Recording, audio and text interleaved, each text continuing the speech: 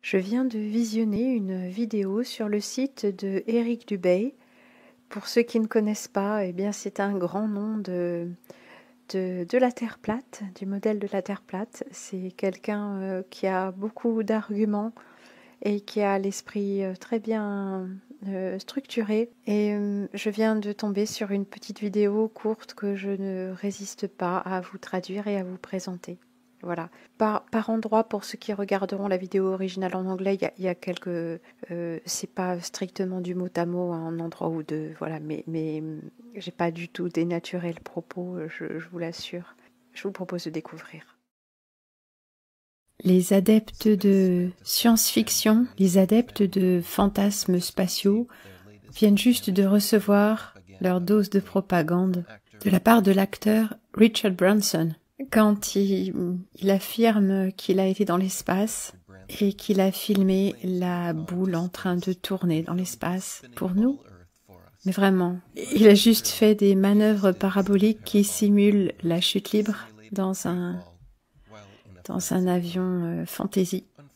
Mais malheureusement pour ce vieux con et ses comparses, au lieu d'utiliser un objectif normal pour filmer la Terre, comme n'importe quel amateur fait quand ils envoient leur ballon à haute altitude, c'est vierge de l'espace, exactement comme la NASA, SpaceX et le saut Red Bull et tous les autres soi-disant sources officielles choisissent toujours de façon vraiment douteuse une lentille fisheye qui fait en sorte que l'horizon se courbe de façon constante et vraiment radicale, d'une forme convexe ou une forme plate jusqu'à une forme concave. Selon comment on place l'appareil photo par rapport à l'horizon, les bords se courbent vers le haut, vers le bas respectivement. Mais si on braque au milieu de l'image, l'horizon est plat.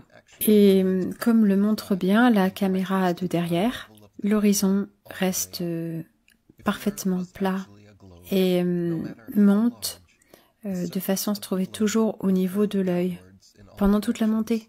Et si la Terre était réellement une sphère, un globe, quelle que soit la largeur de la surface du globe, il se courberait vers le bas dans toutes les directions à partir du point de vue de l'observateur, les obligeant nécessairement à baisser la tête de plus en plus au fur et à mesure qu'ils montent pour pouvoir continuer à voir l'horizon.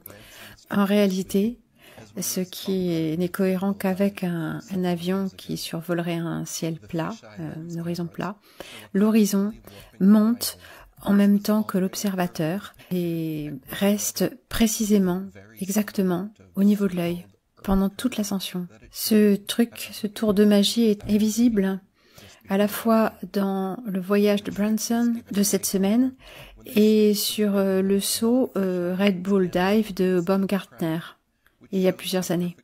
L'objectif fisheye de l'appareil photo, enfin de la caméra, montre un horizon qui est constamment en train de se courber et qui courbait déjà à l'image au niveau du sol. La même quantité de soi-disant courbure que l'on voit à 128 000 pieds de haut, juste avant qu'il saute. Le truc s'effondre quand justement ils ouvrent le hublot et que l'on voit à travers l'objectif normal, non fisheye de la caméra de contrôle, à l'intérieur de la capsule, qui montre un horizon parfaitement plat et qui reste au niveau de l'œil, plus de 20 000 au-dessus de supposé globe. Est-ce qu'il y a quelque chose qui cloche dans cette image? Si c'est le cas, bienvenue dans la vérité de votre réalité truquée. Et si vous ne le voyez pas, eh bien prenez plaisir à continuer à regarder ces très mauvais acteurs bouche bée. Ils s'ébahissent de vous voir aussi crédules, aussi ridiculement crédules, vous, les moujons.